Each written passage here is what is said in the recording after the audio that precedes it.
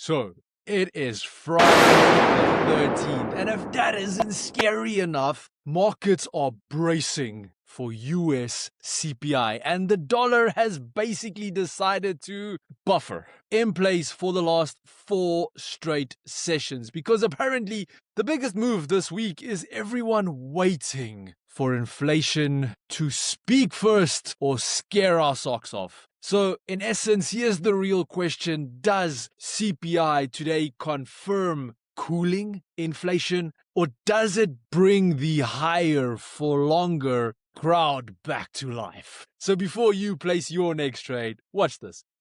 Why is fast trade execution a must? Because you're more likely to get the entry price you want and the exit price you want. Reliable, rapid, responsive. Join ATFX today and let's get you started.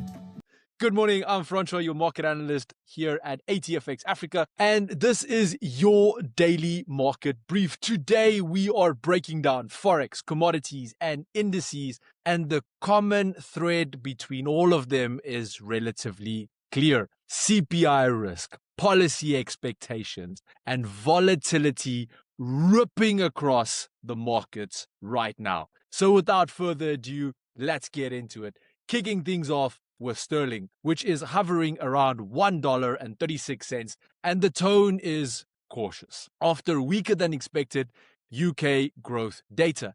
Key UK figures that came out this week, well, we saw UK GDP grew 0.1% in quarter 4, matching quarter 3, but below the 0.2 forecast. Annual GDP rose 1%, which again, below expectations, and the slowest expansion since quarter 2 of 2024. Monthly data showed unexpected contraction in industrial output and construction, which is a reminder the recovery is still fragile. At the same time, monetary policy expectations remains a factor. The Bank of England left rates unchanged at 3.75%, but the tone was more dovish, signaling inflation is likely to move back towards 2% from April. Investors continue to price in further easing as well. Now, on the flip side,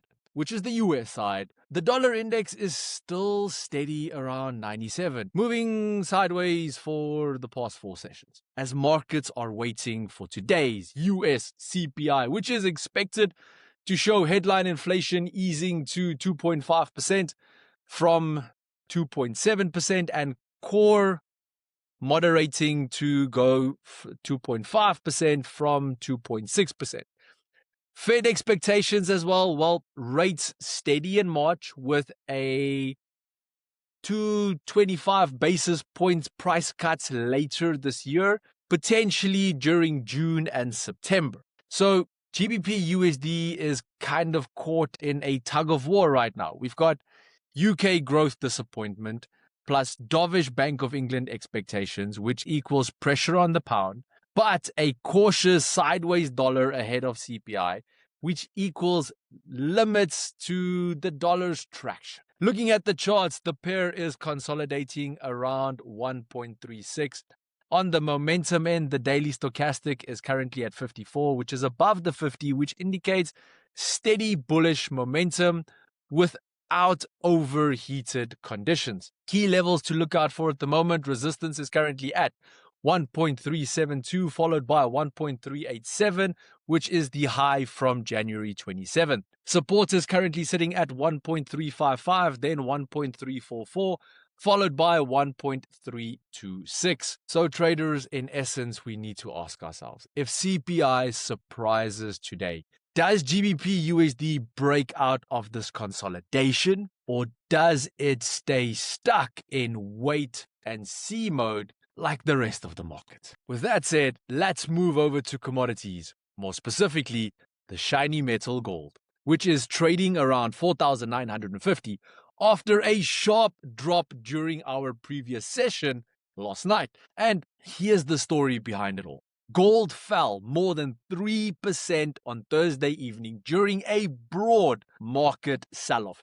The sell-off looked like liquidation, investors selling precious metals to raise cash, likely linked to broader risk aversion and possible automated trading. Now, despite stronger jobs data earlier this week pushing rate cut expectations towards July rather than June, gold still has underlying support from concerns about currency debasement, ongoing central bank purchases, geopolitical tension, and today's key risk is clear: US CPI, which will be released at 3:30 South African Standard Time, which could shape Fed expectations and near-term volatility. Looking at the charts, the moving averages are still in bullish alignment.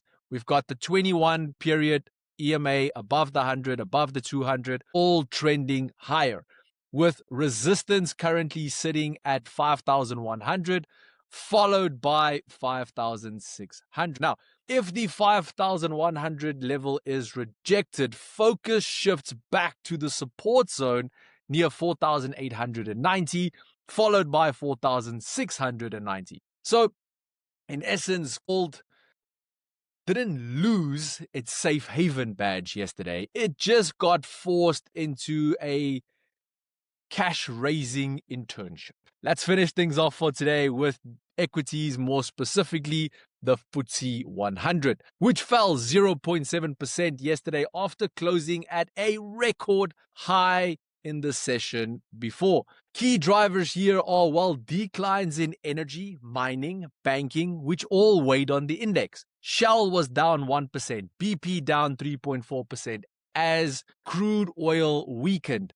Miners also dropped amid softer metal prices. Rio Tinto, Antofagasta, Glencore, Anglo American, all lower. Banks also were under pressure. HSBC and Barclays were down around 2.7%. Standard Chartered was down over 4%.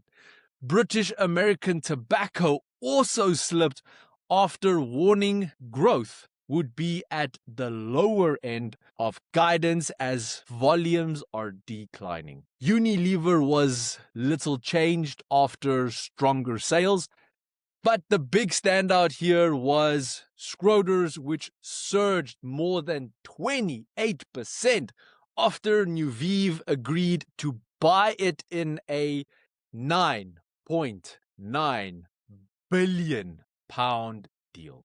So the FTSE story is a classic mix. Heavyweights dragging on the downside.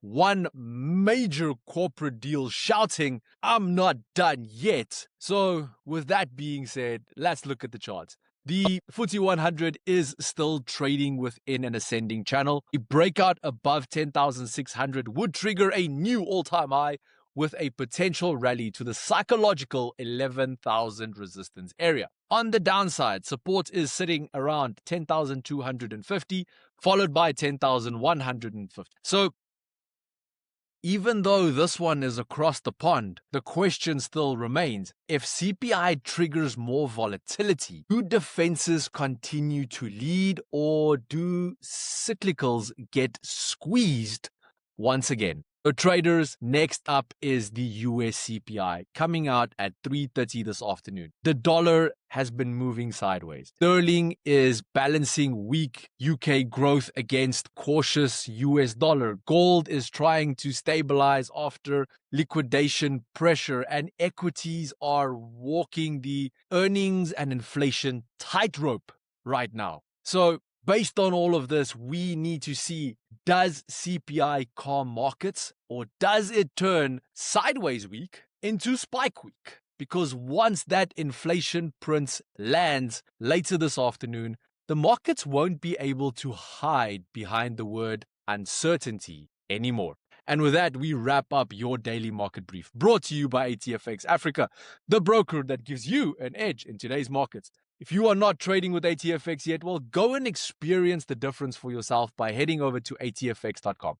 Traders, until next time, stay sharp, stay focused, and trade smart.